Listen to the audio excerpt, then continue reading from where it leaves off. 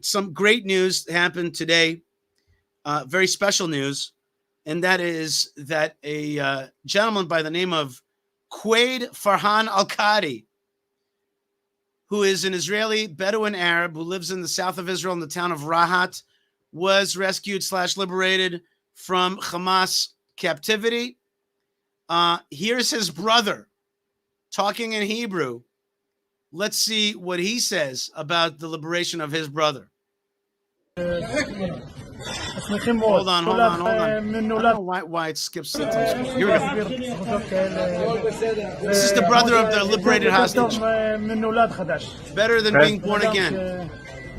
ברוך השם, אנחנו אומרים תודה רבה לכולם ואני מקווים שלראות אותו בבריאות ושמחים מאוד שאנחנו מקבלים את הבשורות האלה. Okay, so, I mean, does the irony escape anybody here? Right? Does the irony escape you? Israel rescued this Israeli Arab from Hamas hands, and this guy who you would have thought is like look at this brother, he might look like a jihadi, but he's not a jihadi. He's saying, Baruch Hashem, he says, thank you to the God of Israel, thank you to the army of Israel for rescuing my brother, who's a Bedouin Arab living in the south. And I think that's a very special video. And now, if you want to see the actual rescued hostage, here he is. His volume is a little low, but he's on the phone with a gentleman by the name of Benjamin Netanyahu. Let's see this. Hold on one second. Let me put it this way. Hold on. Here, check this out. כן. So this is the hostage, right? This is Quaid Farhan Al-Qadi. I think they just call him Farhan. Here he is. Now, notice his language. I'll explain to you this language. It's very important to understand. כן.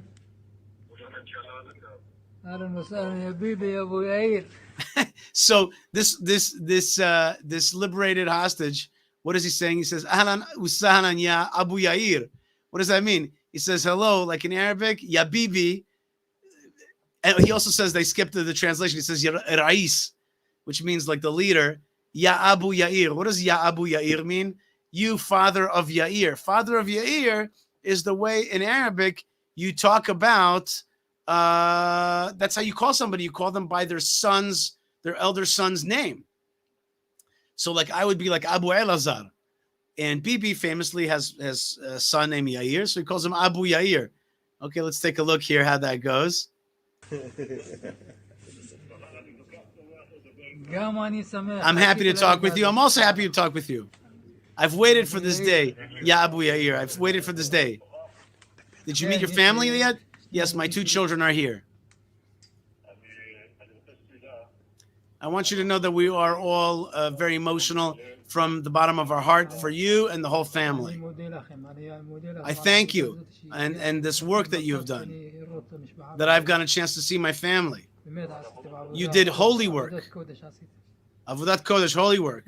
Yesh od anashim shemechakim. There's more people who are waiting.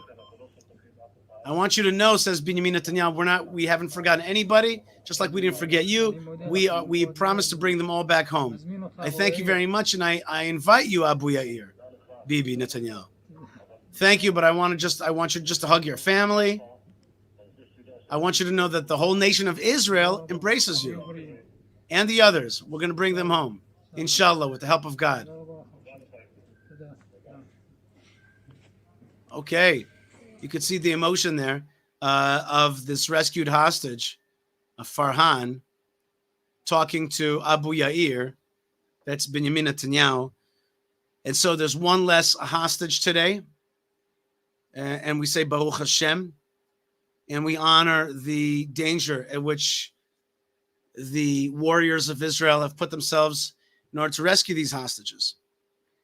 I want to say to you that I've got a lot of criticism of Abu Yair, of Benjamin Netanyahu. I've got a lot of criticism that we've allowed the situation to come to this. I have a lot of criticism of the Israeli army and of the defense establishment for allowing the situation to be where it is, for passing money to Hamas, for exchanging Hamas prisoners who later became the leaders of the Hamas October 7th attack, I have a lot of criticism, and that criticism is internal, and I always deliberate within myself how much I could put it out on this channel because it's something that we're fighting in Israel. But there's a lot of criticism. And at the same time, there's also beauty and strength. And you saw, for example, here's a comment. How did Israel not know that tunnels were being built in Gaza? And how did it not alert the international community regarding the diversion of funds? How did they fail to defend the kibbutz attack? That's right. That's right. Very fair comments. And there's only two options. Either they didn't know, which means that the intelligence community didn't know that Hamas was preparing to make a war on them, total intelligence failure, or they knew and they misunderstood, which is another kind of intelligence failure, or they knew, and less likely, but maybe there were elements that were complicit, and most likely it's some combination of all of those, including